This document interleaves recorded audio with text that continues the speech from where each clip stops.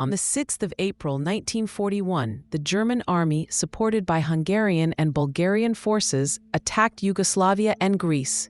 The country is split apart. Resistance begins. Tito's partisans rise to fight, determined and growing stronger.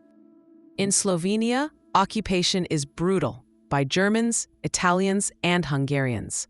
The country was divided into zones of control, with Germany occupying the northern and eastern parts, while Italy took control of the western region. By 1943, partisan control grows, boosted by Allied support.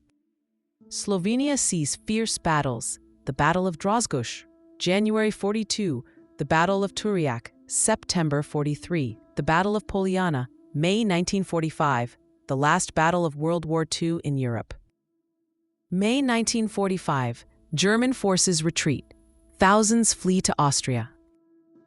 Slovenia is free. A new Yugoslavia is born. Socialist, Federal Republic of Yugoslavia, and led by Josip Broz Tito. SFRJ. Learn Slovenian and Slovenian culture. Follow our Facebook page, Slovenian Language Learning Group. See you soon.